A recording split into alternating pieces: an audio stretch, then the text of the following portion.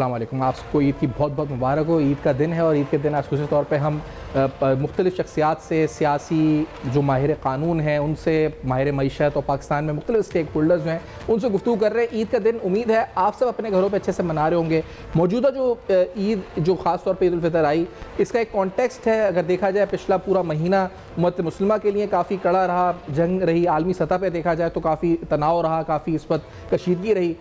उसका असर पाकिस्तान पर भी आया, महंगाई की सूरत में तो आया, माशी सूरत में आया, दिफाई सूरत पे भी आया। तो बड़े इस वक्त कहा जाए कि कठिन हालात के अंदर मौजूदा ईद उल फितर जो है इस वक्त मनाई जा रही है। हम कराची की बात कर रहे हैं तो कराची के अंदर भी जो पिछला कुछ टाइम रहा वो काफ़ी सालों से ही एक मुतवातिर गवर्नेंस के इशूज़ रहे, लेकिन कुछ माह पहले से ख़ास तौर पे कुछ बड़े इंसिडेंट्स भी हुए जिनका इम्पैक्ट आया। खैर आज ईद के दिन ख़ास तौर पे हमें दिन कैसे मनाना चाहिए, हसीब जमाली साहब प्रोग्राम में साथ मौजूद हैं। आप प्रेसिडेंट हैं Sindh high court bar association के, बहुत शुक्रिया सर आपने प्रोग्राम में ज्वाइन किया। रज़ी साहब खुशामदीद। पहले तो आपको बहुत बहुत ईद मुबारक हो। आपको और आपके व्यूअर्स को सबको ईद मुबारक। बिल्कुल। कैसा ईद का दिन लॉयर्स कैसे मनाते हैं ईद के दिन, अगर इस तरफ? बस लॉयर्स ऐसे मनाते हैं कि बस घर वालों के साथ ईद की नमाज़ पढ़ के और एक वो जो हमारा शीर खुरमा होता है या नाश्ता करके और उसके बाद फिर तो ये तो हम भी ऐसे ही बनाते हैं वैसे। तो ये सब रूटीन है। उसके बाद जो है आप लोगों का तो बड़ा हेक्टिक इसके जो फिर कई जगहों पे विज़िट करना होता है। आज भी कुछ विज़िट शेड्यूल्ड हैं हमारे। मैं जाऊंगा, एक मेरा इरादा है, एक घर है जो बुज़ुर्गों के लिए, बूढ़ों के लिए है, ओल्ड होम में भी जाऊंगा ताकि उनको भी ये फील ना हो कि वो अकेले हैं। उनके साथ थोड़ा बच्चों को लेके जाऊंगा, थोड़ा टाइम देंगे। फिर बाकी तो हमारा फ़ोन पे पूरा पाकिस्तान जो होता है वो राब्ते में होता है। लाहौर से दोस्त, कराची से दोस्त, सारे सिंध के शहरों से दोस्त सब राब्ते में होते हैं। तो बस ये हो रहा होता है, घर पे दोस्त आते हैं और कुछ शाम को हम रिश्तेदारों के, हम बड़ों के हम विज़िट करते हैं।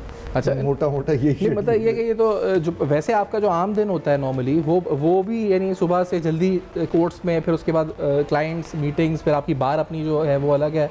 तो बहुत ही क्या टाइम मिलता है कभी आप सोने का, उठने का, घर पे टाइम मिलता है वैसे? ये ईद के अलावा वैसे पूछ रहा हूं। अब तो फिर थोड़ा सा मिल रहा है, लेकिन जब इलेक्शंस कंटेस्ट कर रहा था तो आई थिंक कि 4-5 महीने में सिर्फ 2 घंटे सोया हूँगा शायद। 2 घंटे सोता था एक दिन में, इससे ज़्यादा नहीं। 4-5 महीने सिर्फ 2 वही मैं कह रहा हूँ ना, सोने तक का घर पे टाइम नहीं। तो ये ईद तो एक तरह से आपके लिए एक हॉलीडेज से काफ़ी टाइम बाद, अगर मैं कहूँ तो हॉलीडेज तो वैसे ही हमारी गवर्नमेंट ने इंक्रीज़ कर दी है, 3 कर दी हफ्ते की, वो वैसे इंक्रीज़ कर दी। लेकिन ये टाइम होता है कि हम अपने रिश्तेदारों से, दोस्तों से, ख़ास तौर पे अगर कोई ऐसा तबका है हमारी सोसाइटी का जिसको हमें थोड़ा सा, जैसे मैंने कहा, ओल्ड होम जाने का इरादा रखता हूँ बच्चों को ले जाके, ताकि उनमें वो एहसास भी हो। ये खुशियाँ आपस में बांटने के लिए नहीं है, दूसरों को देने के लिए भी, कि उन्हें भी एहसास हो जो ऐसे सिचुएशन में है कि वो अकेले नहीं हैं, उनके साथ लोग मना रहे हैं। सही बात है। अच्छा, फिर ये जो आपका वैसे जो घर पे अब आप दिन यानी नॉर्मली जैसे आपने कहा कि नमाज़ पढ़ के फिर घर पे शीर खुरमा, फिर यानी कहीं जाना या लोगों का आना होता क्या इस पर? बस सुबह इस ओल्ड एज होम के अलावा वैसे जी, मतलब वैसे बिल्कुल रिश्तेदारों के यहाँ से। अच्छा। बड़े हमारे ताया हैं, उनके यहाँ सबका होता है कि वहाँ सुबह सबने हाज़िरी देनी होती है। अच्छा। तो वहाँ जाते हैं ज़रूर सब, बल्कि सारे ख़ानदान ही जाता है। फिर एक और चचा के यहाँ जो है वो खाना होता है दोपहर का। कई सालों का यही रूटीन है, तो बस उस रूटीन को भी फॉलो करते हैं और साथ साथ दूसरी चीज़ें भी करते रहते हैं। लोग भी आ रहे होते हैं घर पे, बस वो चीज़ें चलती हैं। अच्छा, बाहर के बाद से लॉयर्स वगैरह से, कम्युनिटी से भी आपका इंटरेक्शन होता है? जी बिल्कुल। ईद पे होता है? ईद पे होता है। तो कोई इवेंट रखते हैं ईद मिलन वगैरह या क्या, या वैसे? ईद मिलन हम लोग जो है ईद के बाद रखते हैं, क्योंकि कई हमारे दोस्त सब अपनी फैमिलीज़ में बिज़ी होते हैं। तो थोड़ा सा फैमिली को भी ब्रेक देना चाहिए, टाइम देना चाहिए। तो हमारा होता ये कि फिर हम ईद मिलन पार्टी अपने बार रूम में रखते हैं और अपनी कमेटीज़ में रखते हैं। वो आफ्टर ईद रखते हैं यानी जब कमेंस होता है? जी हाँ, क्योंकि कई दोस्त हमारे दूसरे शहरों से भी आए हुए होते हैं। काफ़ी लोग जो हैं फिर अपने शहरों में जाते हैं, क्योंकि आपको पता है कराची पाकिस्तान का दिल है एक तरीके से, इकनॉमिक। तो सारे मुल्क से लोग यहाँ आए हुए होते हैं अपनी मेहनत करने, काम करने, अपनी लगन दिखाने। तो वो सब अपने इलाकों में भी जाते हैं। तो कराची में कुछ लोग कम भी होते हैं फिर, तो ईद मिलन बाद में ही रखी जाती है आमतौर पर। अच्छा, ईद के फ़ौरन बाद नॉर्मली। अच्छा, वैसे मतलब इंडिविजुअली जो लॉयर्स से आपकी जो दोस्त होंगे उनसे मुलाकातें तो आपकी वैसे हो जाती हैं? ऑफ कोर्स, वो तो वो तो होती और रहती ये है, बहुत दोस्त आते हैं घर पे मिलने, सही। हम भी कुछ सीनियर्स के यहाँ जाएंगे इंशाल्लाह, उनके यहाँ वो भी जाना होता है, ये सब पूरा दिन हैक्टिक ही होता है। अच्छा, जजेस वगैरह से तो नहीं मुलाकात? नहीं सर, जजेस से मेरे ख्याल से हम वकीलों को, मैं सबको पैगाम देना चाहूँगा, हमें अवॉइड करना चाहिए। ईद पे भी मतलब वैसे कोई इंटरेक्शन? बिल्कुल, मैं समझता हूँ अवॉइड, अनलेस आपकी कोई पुरानी दोस्ती हो, कोई आपके पुराने मरासिम रहे हो, हमें अवॉइड करना चाहिए। उनकी भी इज़्ज़त इसी में, हमारी इज़्ज़त भी इसी में, क्योंकि हम उनके पास पेश भी होते हैं। कल को कोई गलत तासुर दे किसी चीज़ का कि भाई ये इनके घर पे जाते, तो वो गलत तासुर जाएगा। उनकी भी इज़्ज़त की हिफाजत करें, ईमानदार लोगों की, अपनी भी, कि आप थोड़ा सा इस मामले में डिस्टेंस रखें तो अच्छा है। मेरा ये ख्याल है, मैं इस ख्याल का मालिक हूं। माशाल्लाह अभी आप उम्रा भी अदायगी करके हैं रमज़ानों में, अल्हम्दुलिल्लाह। जो उन हालात में गए थोड़ा सा मतलब शेयर करें कि बड़ा हालात मिडिल ईस्ट के काफ़ी क्राइसिस रहा है कुछ क्या? वहाँ तो कोई क्राइसिस वहाँ तो अल्हम्दुलिल्लाह कोई नहीं, हाँ। और बहुत ज़्यादा रश था, मेरे ख्याल से रिकॉर्ड रश रमज़ान में था इस वो तो वक्त। था बिल्कुल, हाँ। और मिडिल ईस्टर्न एयरलाइंस बंद हुई हुई हैं, हमारी एयरलाइंस की चांदी हुई हुई है। अच्छा। दिन में 2-2 3-3 फ़्लाइट्स PIA की, 2-2 3-3 फ़्लाइट्स फ्लाई जिना की, इसी तरह एयर ब्लू की, एयर सियाल की, सब ने अपने जहाज़ जद्दा मदीना पे लगाए हुए, क्योंकि एमिरेट्स भी बंद है। मेरा ओरिजिनली टिकट भी एमिरेट्स से था, वो नहीं चली तो PIA का टिकट लिया। तो अल्हम्दुलिल्लाह एक तरीके से कुछ पाकिस्तानी एयरलाइंस को फ़ायदा हो रहा है इंटरनेशनल ट्रैवल में, क्योंकि जिस दोस्त ने जाना है, फेयर भी तो बढ़ गए हैं ना उसके, फेयर्स भी ऑफ कोर्स सर, रमज़ान में तो हर चीज़ इंक्रीज़ हो जाती है। रमज़ान का इम्पैक्ट भी, लेकिन इस क्राइसिस का इम्पैक्ट भी। क्राइसिस का इम्पैक्ट उस वक्त तक तो नहीं आया था, जब मैं अभी आया हूँ तो उस वक्त तक तो क्राइसिस का इम्पैक्ट नहीं आया था। पेट्रोल की कीमत भी मेरे आने के बाद इंक्रीज़ हुई है, लेकिन यकीनी तौर पे इम्पैक्ट है। लेकिन मैं इधर एक चीज़ आप सबको बताना चाहूँगा, किराए तो होटल्स के बढ़ जाते हैं सऊदी अरब में, हिजाज़ के सूबे में, मदीना, मक्का में, लेकिन सऊदी गवर्नमेंट को एक चीज़ पे सलाम है, जिस तरह वो लोग लोगों को इतनी बड़ी तादाद में मैनेज करते हैं, खाने को ऑर्गेनाइज़ करते हैं, इफ्तारियों को ऑर्गेनाइज़ करते हैं, और जिस तरह उन्होंने फूड की प्राइस को कंट्रोल किया होता है। हमारे यहाँ तो हम देखते हैं ना, रमज़ान आते हैं, फल आसमान की अच्छा, ये कीमतें जो शेख खुर्दनोश की नहीं बढ़ती वहाँ पे आप? सर वहाँ गरीब होटल से तो बढ़ जाता है ना सर, होटल रहने का बढ़ जाता है। अच्छा, खाने की कीमत वही रहेगी, गरीब से गरीब, अमीर से अमीर, सब वहाँ हरम के बाहर, हरम के अंदर सब खा सकते हैं आसानी से। किसी के लिए कोई मुश्किल दरपेश नहीं होती, किसी का ये नहीं होता कि मेरा होटल करीब है हरम के तो मैं कीमत बढ़ा दूँ, नहीं, जो कीमत पूरे साल है वही कीमत। मतलब हम ये कहते हैं होटल्स एक्टिव नहीं होते, मिडिल मैन एक्टिव नहीं होते, जो यहाँ पे सारे बिल्कुल ऐसे चीज़ें आरती हो गए, ये हो गए। गवर्नमेंट रेगुलेटरी कंट्रोल रखती है या प्राइवेट सेक्टर का? सर गवर्नमेंट की, गवर्नमेंट की होती है, बिल्कुल गवर्नमेंट की सख्ती से कंट्रोल है, और वहाँ नो नॉनसेंस है सर। तो इस मामले में उन्हें सलूट करूँगा, जिस तरह लोगों को वो ऑर्गेनाइज करते हैं, जिस तरह चीज़ों को हैंडल करते हैं। इतना रश था कि स्टैम्पीड हो जाए वहाँ, तो एक नमाज के बाद समझ ले कई हज़ारों लोग बाहर निकल रहे होते हैं, यकमुश्त कई हज़ारों लोग हरम में दाखिल हो रहे होते हैं। तो उस वक्त संभालना चीज़ों को, यकमुश्त लाखों लोग उम्रा कर रहे होते हैं, तो वो संभालना, हैंडल करना, कहाँ पे चीज़ें, कौन सा एरिया फुल हो गया इस वक्त, फिर वहाँ से डाइवर्ट करना क्राउड को, लोगों को मैनेज करना। जब आप वहाँ पे थे तो ये हालात बिगड़ गए थे मिडिल ईस्ट के, या? जी हालात तो बिगड़ गए थे, लेकिन वहाँ कोई इम्पैक्ट नहीं, वहाँ कोई इम्पैक्ट नहीं था। लेकिन यहाँ पर लोग, जो आपके घर वालों को था कि क्या परेशान थे? सही बात है, तो सब पर कई हमारे दोस्त सीनियर वकील परेशान थे, भाई तुम आ जाओगे, आप आओगे? मैंने कहा अल्लाह ने लिखा है आ जाएंगे, वैसे ही अल्लाह के घर में बैठे हुए, तो वो एक दिन का डिले हुआ, आ गए आराम से, कोई मसला ही नहीं हुआ, फ्लाइट्स आर अवेलेबल। नहीं, लेकिन ये कि इस करंट कॉन्टेक्स्ट में एक माशरे में, एक पूरे मुल्क के अंदर एक अजीब हैजान, इस्तराब ये तो है कि अब क्या होगा, आगे क्या होगा।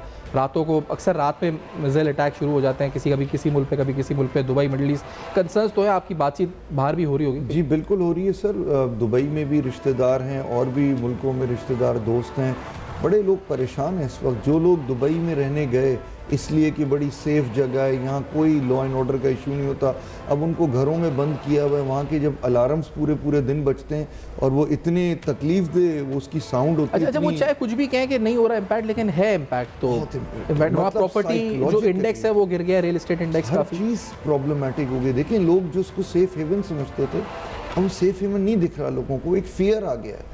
वहाँ वो क्लास रह रही थी जो कहती है भाई हमें दुनिया की कोई तकलीफ़ नहीं सहनी, हमें आरामदेह ज़िंदगी चाहिए। उनको आप ऐसा हो कि वो इफ्तारी करने रेस्टोरेंट में बैठे हों, एकदम से अलार्म बजे कि सब घर जाएं, विकेट करे पूरा रेस्टोरेंट, तो देखिए ना उन पे क्या इम्पैक्ट हो रहा है, उनके बच्चों पे क्या इम्पैक्ट हो रहा है। तो एयरपोर्ट पे कई बार ऐसा हुआ है कि उनके डेब्रिस आके मिसाइल हुआ है या ड्रोन का हुआ है, वो एयरपोर्ट एकदम इवैक्यूएट कराना पड़ गया हिट भी हुए हैं। और वहाँ की तो आपको पता है मिडिल ईस्टर्न एयरलाइंस तो दुनिया की मानी हुई एयरलाइंस हैं, चाहे कतर हो, चाहे एमिरेट्स हो, चाहे आपकी ये इत्तेहाद एयरलाइंस हो या दूसरी हो, ये तो सब बंद पड़ा हुआ है। यहाँ से तो महीने के कई लाखों लोग ट्रैवल करते थे across the world, they were the hub of travelling. तो सब लोग फंस गए, स्ट्रैंडेड हैं लोग।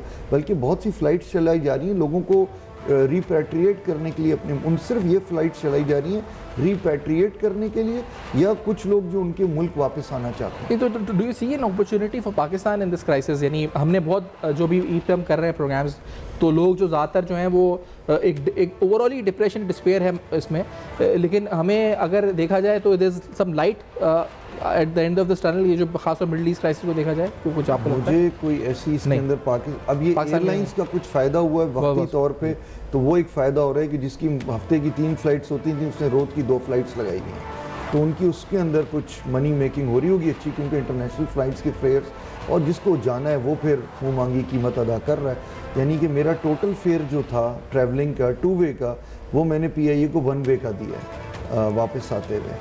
तो और ये अभी विद टाइम बढ़ रहे होंगे और बढ़े होंगे इस वक्त? ये बढ़ेंगे जब फ्यूल प्राइसेस बढ़ रही हैं across the world, fuel availability scarcity हो रही है। क्योंकि देखिए ना, अब अगर जद्दा भी लेके जाएंगे वहाँ पे तो आपने रिफ्यूल करना है, तो देखिए ये इश्यूज़ तो क्रिएट होंगे बिल्कुल। अच्छा, इसमें क्योंकि आपने इस तरह कहा ना कि अपने बच्चों को आपने लेके जाएंगे ओल्ड एज होम और उनको एक एक्नॉलेजमेंट, एक रिकग्निशन देंगे कि क्या होता है, रियलाइजेशन देंगे। अभी ग्लोबली क्राइसिस है, गज़ा का जिक्र हो रहा था, बच्चे ईरान में मासूम जो बच्चों के स्कूल पे हमला हुआ, क्या तो ये हमें क्या इस पर अपने बच्चों को, अपनी नौजवान नस्ल को, सबको किस तरह से एक जैसे कहा जाए ना कि एक कनेक्शन उनके साथ कनेक्ट करें अपने आप को, कि हम ये ना समझें कि वो अलग दुनिया और हम अलग दुनिया, हमें कुछ नहीं होगा या उनको कुछ हो रहा है, क्या मतलब किस तरह से इसको हमें कम्युनिकेट करना चाहिए इस बात को? मैं समझता हूँ कि इसमें हमारी हर सेगमेंट ऑफ द सोसाइटी को अपना रोल प्ले करना है। सही, पेरेंट्स को भी करना है, टीचर्स को भी करना है, हम प्रोफेशनल्स को भी करना है, जैसे आप अभी क्रिएट कर रहे हैं अवेयरनेस, हम वकीलों में भी क्रिएट कर रहे हैं क्यों, और हमें अपनी कौम को मुश्किल हालात के लिए तैयार करना है। हम अब हर चीज़ पे कंप्लेसेंट हो जाते हैं, कंप्लेसेंसी से चीज़ें नहीं चलेंगी। अब जैसे दुनिया के हालात चल रहे हैं, बहुत अनसर्टेनिटी है हर जगह, किसी के लिए कुछ भी हो सकता है।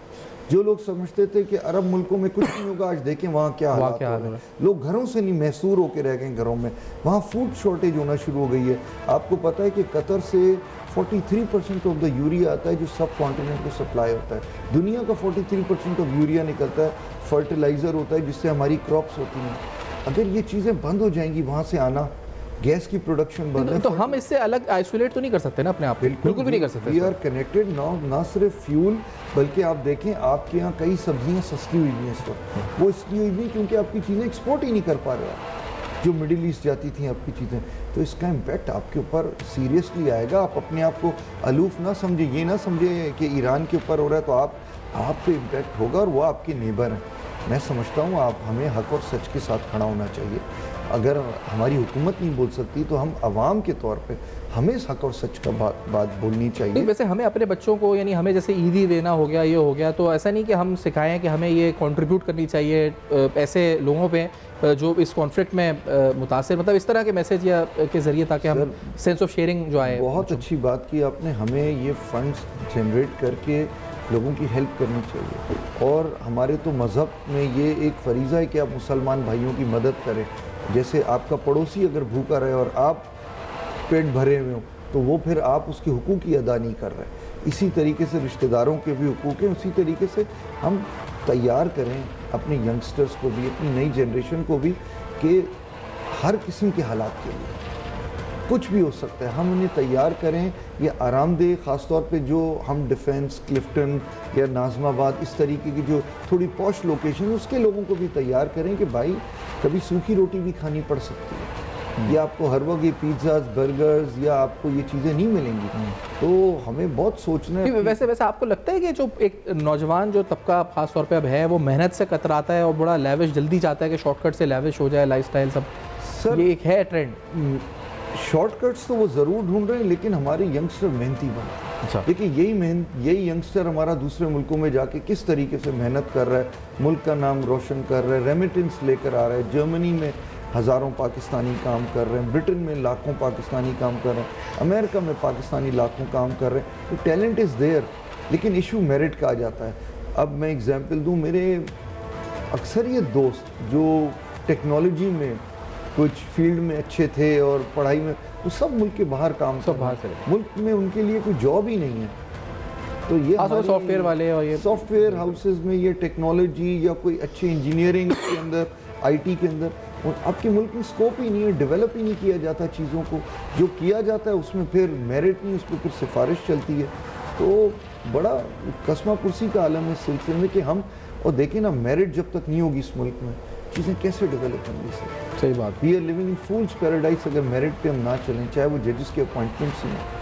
अभी रिसेंटली मैं आपको बताऊं, अमेंडमेंट्स लिए गवर्नमेंट ऑफ सिंध में, ये थोड़े मैं टॉपिक से डिटोर कर रहा हूँ, लेकिन एक इम्पॉर्टेंट बात है। जैसे 26वीं 27वीं तरमीम के ख़िलाफ़ हम बोलते हैं कि सियासतदानों का इसमें आ गया रोल, अब किसी को जज बनने के लिए सियासतदानों के पास जाना पड़ता है।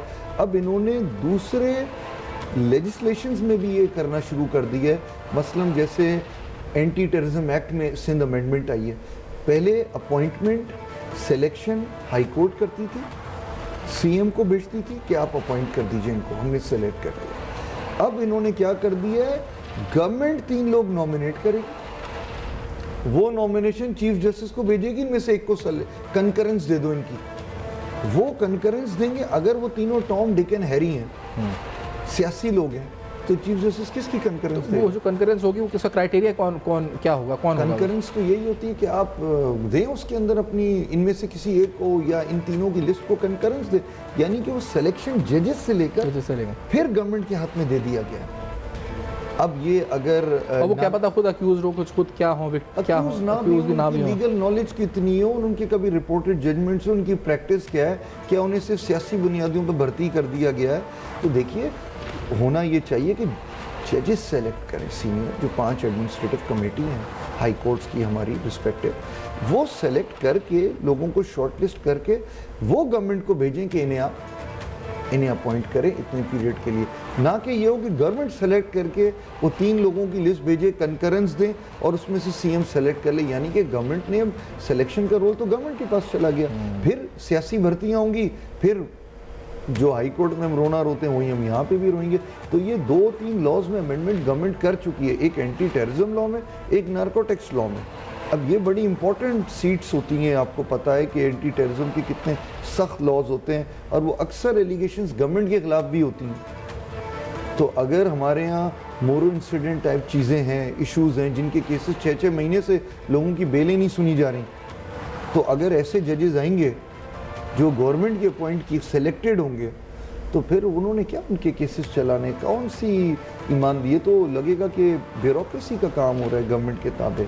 तो ये तो बिल्कुल मैं समझता हूँ गलत। वैसे ही आप देखें ना, इंसाफ का मुझे तो अभी तक वो याद आता था कि आप सानिया गुल प्लाजा जब हुआ था और आप विक्टिम एक फैमिली के साथ खड़े हुए थे, मैंने वीडियो देखी थी, फिर आपसे बात भी हुई थी उस ज़माने में, आप उसको कह रहे थे कि यार आप फाइल करें केस, हम खड़े हैं साथ, और वो जो थे उनके भाई थे जो उसमें जले थे, तो वो कह रहे थे कि नहीं क्या होगा उससे, कल को कोई हमें उठा लेगा आके, कल को यूँ हो जाएगा तो ये हो जाएगा। तो यानी उसका सब कुछ ख़त्म हो गया, उसके बावजूद भी उसको ये है कि हमें फ़ायदा क्या लड़ने का, जो हो गया वाली एक था। और आप ये वाला ये जो लोगों का एतमाद उठना शुरू हो गया ना, ये सबसे ख़तरनाक चीज़ है। आपका एतमाद हो, भले आपके प्रॉब्लम्स हो 10 किस्म के आपके माशी, लेकिन आपकी कौम में ये एतमाद हो कि यार इंसाफ है, गवर्नेंस अच्छी है, हम मुल्क के साथ खड़े हैं। अभी आपके लोग जो है ना, वो बहुत से लोग थक गए, वो जो हालात देख रहे हैं ना, अदालतों में जाते हैं, हम भी उस पर शर्मिंदगी का इजहार कर सकते हैं। हम अंग्रेज़ों का वो लॉ चला रहे हैं आज तक अपने मुल्क में, जिसमें 3-3 दफ़ा उन्होंने रिफॉर्म्स लिया। फिर जो सिलेक्शन हो रहा है, जैसे मैं जजेस की बात करूँ, मेरिट पे नहीं होगा, वो क्या काम करेंगे वो लोग? तनख्वाहें बढ़ाने से इंसाफ नहीं मिलता। देखें, 80 की दहाई में, 90 की दहाई में तनख्वाहें जजेस की बहुत कम होती थी, लेकिन हमारे पास अजमल मियाँ साहब जैसे जज थे, ज़फ़र हुसैन मिर्ज़ा साहब जैसे जज थे, सईदुज़्ज़मा सिद्दीकी साहब जैसे, सलीम अख्तर साहब जैसे जजेस थे हमारे पास, नासिर असलम ज़ाहिद साहब जैसे जजेस थे हमारे पास, जिनकी वजीउद्दीन साहब जैसे जजेस की जजमेंट पढ़ें तो आप कहते हैं कि क्या उन्होंने इंसाफ किए कि सिगरेट की पन्नी पे लिखा हुआ कोई आदमी अपनी कंप्लेंट भेजता था, उसे पिटिशन में कन्वर्ट करके सुना जाता था, और आज हम पिटिशन लेके जाते हैं तो जज पहला सवाल करता है हमारे पास ज्यूरिसडिक्शन है ये सुनने की या नहीं। तो शेर को अगर आप जो है वो लोमड़ी को शेर का लिबादा पहना दो, शेर नहीं बन जाता। नहीं तो इससे माशरे में कितना नुकसान हो रहा है, हैव्स और हैव नॉट्स का तकसीम बढ़ रही है, जस्ट लोगों पे एतमाद खत्म होता जा रहा है, खत्म हो गया, फिर आहिस्ता आहिस्ता लॉलेसनेस होती है, फिर वो लोग कहते हैं अपने हाथ में लें। लोग अब बहुत से अब सीसीडी जो पंजाब में कर रही है, बहुत से लोग सराह रहे हैं उसको कि वो मॉडल रेप्लिकेट होना चाहिए पूरे मुल्क में, कि वो जो एक्स्ट्रा जुडिशियल एलिजिडली जो किलिंग्स हो रही हैं वहाँ पे पंजाब में। सर हमारे यहाँ जुल्म हो रहा है सिंध में, हमारे यहाँ सिंध में आए दिन ऐसे वाक़यात होते हैं। नादिर जमाली का वाक़या आपने सुना होगा दादू में, अब उस आदमी को 2 गोलियां मारी दोनों घुटनों में, उसकी तस्वीर मैंने देखी, और उसे ब्लीड करते हुए छोड़ दिया, वो ब्लीडिंग की वजह से मर गया, और आज तक उसकी जुडिशियल इंक्वायरी के लिए वो बेचारी पूरी जमाली कम्युनिटी है वहाँ पे वो भाग रही है। इसी तरह मोरो इंसिडेंट की FIR नहीं लॉ देती, क्या होगा? बलूचिस्तान बनाएंगे सिंध को, क्या करेंगे? गवर्नेंस सोचना चाहिए, गलती हो तो मान लेनी चाहिए, कोई बात नहीं, दिल बड़ा रखना चाहिए थोड़ा, और गवर्नेंस वालों को ये सोचना चाहिए कि हमारा एहतसाब होगा, हमारी इम्यूनिटी नहीं, सबसे पहले आपसे सवाल होगा। अल्लाह ताला जब, अगर आपको अल्लाह ने इज्जत दी है, ओहदा दी है, तो एक पार्लिमानी एहतसाब का निज़ाम नहीं है पहले तो, फिर यहाँ पे जो नैब और एहतसाब के इदारे वो उनका एक फंक्शन बिल्कुल वो हो गया, डाइल्यूट हो गया, से कमज़ोर की पहले बिल्कुल भी। वैसे sir to be very honest Naib को भी बहुत पॉलिटिकली यूज़ किया गया, बिल्कुल हाँ, सॉरी टू से, लेकिन अब तो उसको टूथलेस कर दिया, अब तो ख़त्म कर दिया उसको, तकरीबन उस इदारे को नहीं चलाएं तो बेहतर है, उसका ये हाल कर दिया इदारे का।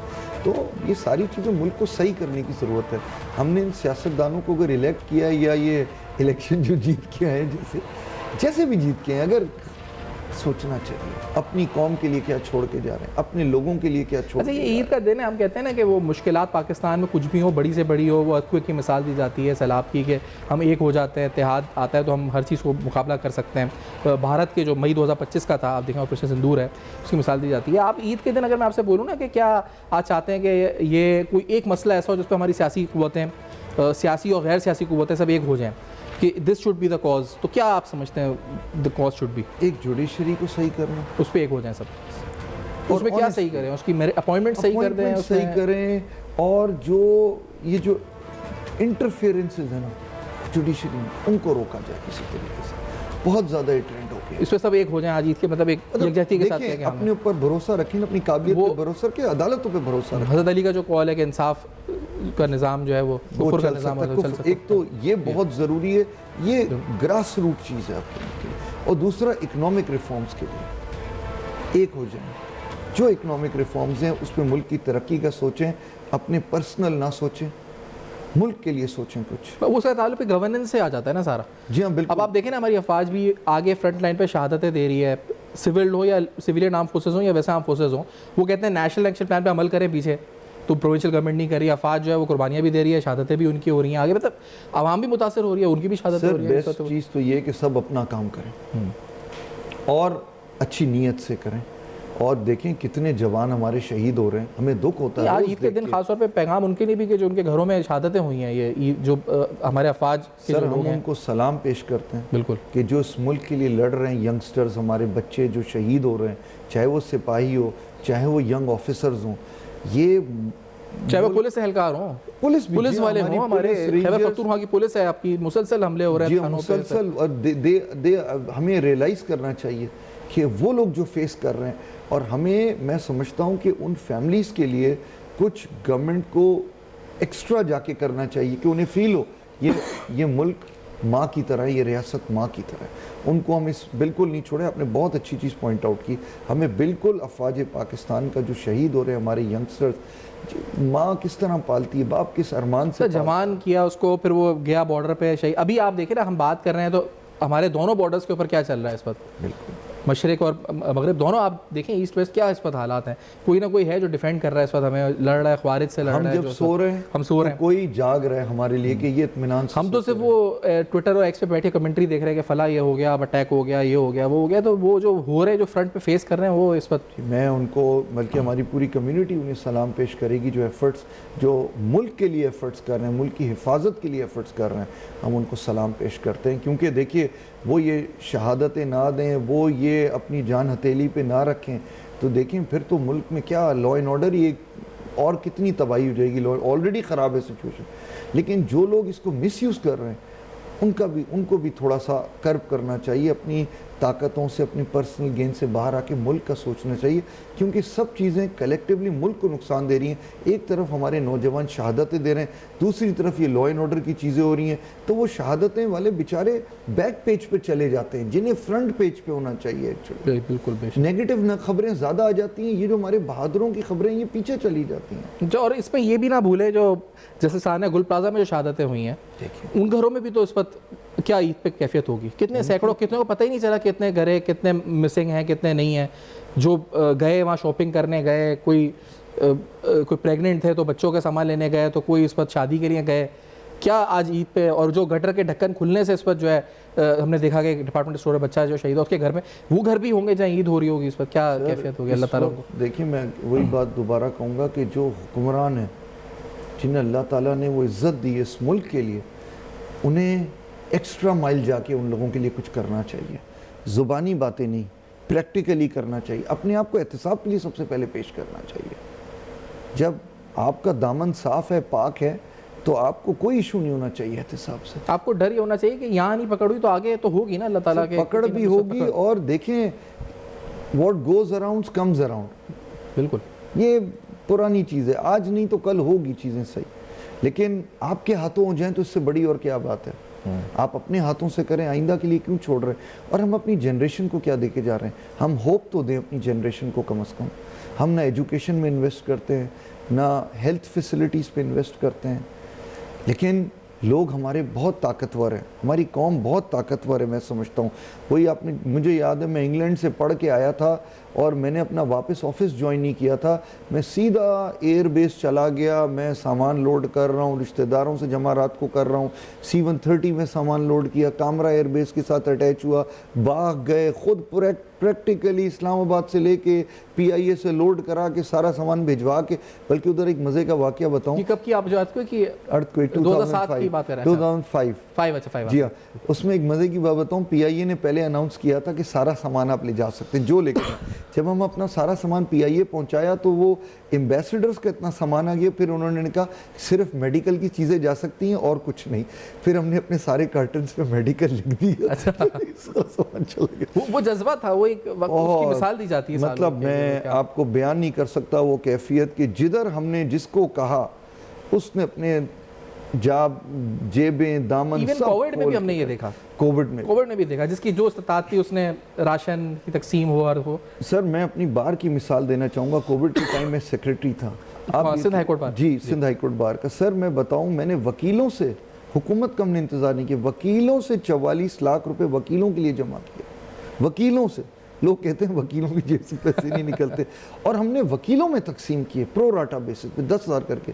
मैंने अपने हाथ से किसी को चेक नहीं दिया ताकि किसी की इज्जत मजरूर ना हो, लेकिन सबका रिकॉर्ड रखा हमने। और वो सोचें आपके कम से कम कितने ख़ानदान उसमें, खतीर रकम तो नहीं होगी लेकिन कम से कम महीने का सौदा आ गया होगा उसमें। एक मुख्तसर ब्रेक लेते हैं हज़रत साहब, मैं बस आके उसके बाद फिर हम ईद का कुछ पैगाम आपका और सब इसको कंक्लूड भी करेंगे, इस गुफ्तगू को जो हो रही है। एक ब्रेक के बाद वापस आते हैं, हमारे साथ रहिएगा।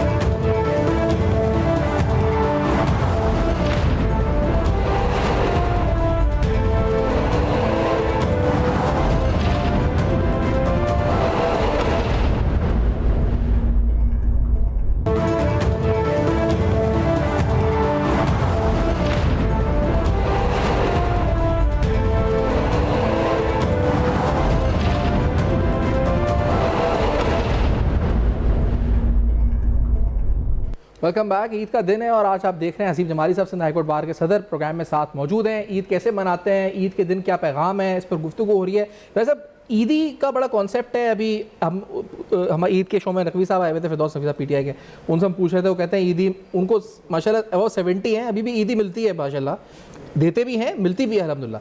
तो ये तो एक बड़ा पार्ट है कल्चर का हमारे। आपने बताया ईद के दिन करते हैं क्या, आप ये बताएं ईदी कितनी बांटते हैं, ईदी कितनी आती है, क्या आपका जो है लेजर रहता है? ये टैक्स वालों को तो नहीं बताएंगे। नहीं सर, टैक्स वाले आपको कुछ कहेंगे वैसे? नहीं सर, यंग बच्चों को तो दी जाती है ईदी माशाल्लाह जी। लेकिन जैसे आपसे पहले बात हो रही थी कि हमें कोशिश करनी है कि बच्चों में वो जज्बा डालें कि वो अपनी जो ईदी जमा करें उसमें से एक हिस्सा गरीबों में तकसीम करें, नीडी लोगों में तकसीम करें, या किसी ऐसी उस जैसे जमात इस्लामी जमा करती है अलखिदमत वाले फ़लस्तीन के लिए, उनको भेजें कि वो अफ्रीका में कई ममालिक के कई इंटरनेशनल एजेंसी, तो हम उन लोगों को दें जो ज़रूरतमंद है, ताकि उनकी भी ईद हकीकती मनाई जाए। ये हम बच्चों से करवाएंगे ना जब ये काम, तो उनमें वो जज्बा अभी से पैदा होगा। अच्छा, सही पैगाम है। तो ये हमें कोशिश करनी चाहिए कि बच्चों के हाथों से काम करवाएं। जैसे मेरी वालदा टीसीएफ के साथ कुछ काम करती हैं, तो उन्होंने सब अपने ग्रैंड चिल्ड्रन सबको कहा हुआ है, तो कोई 2000 रुपये अपने जमा किए हुए, कोई 5000 रुपये जमा किए हुए वो टीसीएफ को भेजता है, फिर टीसीएफ का मैसेज आता है शुक्रिया आपने कंट्रीब्यूट किया, तो वो बच्चा भी एलिवेटेड फील करता है और उसे कनेक्शन फील होता है कि वो एक कंट्रीब्यूट कर रहे हैं सोसाइटी में। पैसा सिर्फ जैसे अल्लाह ताला ने कहा है कि आप अपनी ज़ात पे ख़र्च ना करें, आप अपने दूसरे लोगों पे भी खर्च करें, और उससे कम नहीं होता, उससे बढ़ता है। तो मैं समझता हूँ अभी से अगर हम अपनी यंगर जनरेशन में आदत डालने की कोशिश करें कि आपने करना है, तो वो ऐसे एज ड्यूटी अपने माइंड में अभी से यंग एज वो डेवलप कर लेगा ये चीज़। तो वो बड़ा एक अच्छी चीज़ हो सकती है जो हमें करने की ज़रूरत है, क्योंकि आप देख रहे हैं कि हमारे मुल्क में कितनी गुर्बत है, दूसरे मुल्कों को भी छोड़िए, हमारे मुल्क में कितनी और ईदी चले देने का तो बता दिया, ईदी मिलने का सिलसिला जो आपने कहा टैक्स बस हम कभी कभी पीछे पड़ जाते हैं अपने चाचाओं के बड़ों के, पहले 50 रुपए दे 10 रुपए दे, लेकिन ईदी चाहिए। बाहर के लेवल के ऊपर जो सीनियर वकील हैं, हम लोग सीनियर वकील हमारे जो है, हम लोग ये करते हैं कि हम लोग जो एम्प्लॉइज़ होते हैं हमारी बाहर के, हम उनके लिए ईदी जमा करते हैं। अच्छा। हम उनको फिर ईदी देते हैं। वैसे वकला में आपस में कुछ कोई प्राइवेटली कर रहा हो तो मुझे, मेरे जो दफ्तर में लोग हैं मैं उन्हें ईदी दूंगा। अच्छा, मैं उन बच्चों को ईदी दूँ। जैसे मेरा भाई है वो 1 महीने की सैलरी उन्हें बोनस दे देता है। तो हर दफ्तर की अपनी पॉलिसी, तो चले आप एम्प्लॉय लेकिन देना चाहिए। वो तो करते हैं। वैसे मतलब वकीलों में मतलब आपस में कुछ ये नहीं कि बड़े वकील मिले सीनियर तो उन्होंने आपको नीचे, काश ऐसा हो कि सीनियर हमें दें, लेकिन अगर ये हुआ तो हमें बहुत देने पड़ जाएंगे। अच्छा, खाने पीने का कुछ खास कराची से ताल्लुक़ है तो लाजमी तो सवाल बनता है कि कुछ क्या ईद के दिन या ईद से मुतालिक कुछ? नहीं, ईद के दिन अब इतने ना खाने की आदत होती है कि जो खाना मिल जाए खा लेते हैं, लेकिन वैसे तो कोई शौक होता है ना कि खाने का पर्टिकुलर कोई ये खाने जाना है या कुछ है कोई ऐसा? भाई अभी हम चंद दिनों पहले हैदराबाद गए थे, तो सहरी हमने जाके वहाँ पे ब्रो आप समझ गए वहाँ पे सहरी की, तो वो जो चावल के साथ जी वो भी मंगवाया, फिर जो ब्राउन होता है सूखा बना वो भी बनवाया। तो बस जो खाना अच्छा बन जाता है, ये खासतौर पे ऐसी कढ़ाई वगैरह तो आपको पता है फेवरेट होती हैं हम लोगों की, और आउटिंग में भी मज़ा वही देती हैं ज़्यादा। तो ये पाकिस्तानी खाने आपने ट्रैवल किया, उसका कोई मैच है मतलब ऐसे क्या आपको? हर दुनिया की अपनी कुजीन है, अपना मज़ा है, हर जगह अपनी इंजॉयमेंट है। लेकिन मेरे पप्पा जो इंग्लैंड से आते हैं, वो कई साल अब इंग्लैंड में रहते हैं, वो ये कहते हैं पहले लाहौर आगे होता था, कह रहे हैं अब कराची ने सबको पीछे छोड़ दिया खाने में। अच्छा, देखिए पूरे पाकिस्तान से लाहौर को भी पीछे छोड़ दिया होता था। अच्छा, कराची का खाना अब सर हर कुजीन आपको मिलती है बेहतरीन किस्म की। बल्कि लाहौर आप जाएँ तो कुछ एरियाज़ में तो ये कि कराची बिरयानी, कराची रोल, कराची तो ये बट कढ़ाई वगैरह यहाँ पे, बट कढ़ाई वगैरह यहाँ पे आई, लेकिन वो इतना कोई खास उसका यहाँ पहले इतनी वैरायटी है। They have added a new flavour जो ऑलरेडी एग्जिस्टिंग है हमारी, लेकिन यहाँ ऑलरेडी बड़े इस्टेब्लिश्ड अच्छे शिनवारी और ये सब चीज़ें हैं। बारबेक्यू टुनाइट है हमारा, देखें कैसे इंडस्ट्रियल लेवल पे वो खाने का करते हैं। और तो इस हमारी बेहतरीन खाने की जगहें हैं ज़बरदस्त। आपको जापानीज़ खाना है तो वो अवेलेबल है, कोरियन खाना है तो वो अवेलेबल है। और इस्लामाबाद तो मेरे ख्याल इस मामले में बिल्कुल ही कुछ बेहतर हुआ है, लेकिन वैसे हाँ कुछ बेहतर हुआ है, लेकिन अभी वो थोड़ा पीछे मैं भी रहा हूँ 2-3 साल की, काफ़ी हाँ वो फारिग बिल्कुल। लेकिन अब देयर आर अपकमिंग थिंग्स, वहाँ पे लोगों के पास बड़ा पैसा है तो वहाँ पे है, तो वहाँ पे वहाँ अलग एक्टिविटीज़ हैं लोगों की, अलग एक लाइफस्टाइल। बिल्कुल यही है, बिल्कुल अलग। वहाँ हमारा तो ये होता है कहीं पे भी हम लड़के जाके बैठ जाते हैं, कहीं पे भी जाके हमारा कोई वो इशू नहीं होता। तो बस ईद का दिन है, तो यही आपका पैगाम क्या होगा सब जो देख रहे हैं उनके लिए, क्योंकि आप एक लॉयर हैं, मैं जिस तरह कहा कि लोगों का जुडिशरी पे आहिस्ता आहिस्ता कॉन्फिडेंस एरोड भी हुआ है, आज ईद का दिन है, किस तरह से हम, जैसे आपने कहा ना कि दो इशूज़ इनके लिए आपने कहा, एक जुडिशल रिफॉर्म्स और एक इकनॉमिक रिफॉर्म्स के लिए आप एक हो जाएँ, क्या कौम को पैगाम देंगे? हमें इनफरादी, वो तो रियासती तौर पर था, सियासी और गैर सियासी, इनफरादी और इज्तिमाई तौर पर क्या कोशिश करनी चाहिए? लेकिन सबसे पहले हम पर्सनली अपने आप को हर कोई दुरुस्त करें। मैं आपको एक छोटी सी एग्जांपल दूंगा सर। हमारे हम देखते हैं कि आप कहीं पे भी जाएं, लोग अपने घर से बाहर कचरा निकाल के रोड पे फेंक देते हैं। हम अक्सर जगहों पे देखते हैं, मैं चंद इलाकों की बात नहीं कर रहा, अक्सरियत की बात कर रहा हूं। मैं थाईलैंड गया था आज से समझ 20 साल पहले। मैंने वहाँ एक कल्चरल शॉक देखा। वहाँ लोग जो दुकान में सफाई करते हैं, वो दुकान के जितने बाहर एरिया उसकी भी सफाई करके अपनी दुकान में कचरा लेकर आते हैं। सोच का ही फ़र्क है। वो अपने मुल्क को, मुझे याद है हम कोलंबो में थे, हमारे किसी दोस्त ने रिक्शे में जाते हुए वहाँ पे टुक टुक जो कहलाता है, कोई कचरा या थैली या रैपर फेंक दिया। पीछे बाइक पे लड़का आया, उसने कहा डोंट लिटर आवर कंट्री, हमारे मुल्क में कचरा नहीं फेंको। हम अपने मुल्क को अपना तो समझें। सही बात। तो हम अपने मुल्क को जिस दिन अपना समझेंगे और ये सोचें हमने क्या दिया मुल्क को, हम हर वक्त डिमांड करते रहते हैं। आप अपना मुहासबा करें, आपने क्या दिया मुल्क को, तो चीज़ें खुद और अच्छी एग्जांपल्स जब आएंगी तो लोग फॉलो करेंगे उनको सर, फॉलो करेंगे लोग। बेशक, बहुत शुक्रिया आपने प्रोग्राम में ज्वाइन किया, थैंक यू। आज ईद का दिन हमारे साथ अपना वक्त भी शेयर किया, अपने पैगाम भी दिया और कौम के साथ ही पैगाम शेयर किया। शुक्रिया अदा करते हुए उम्मीद है आप अच्छे से ईद मना रहे होंगे। अपना बहुत ख्याल रखें, फीडबैक ज़रूर दीजिएगा, देखते रहें कब तक।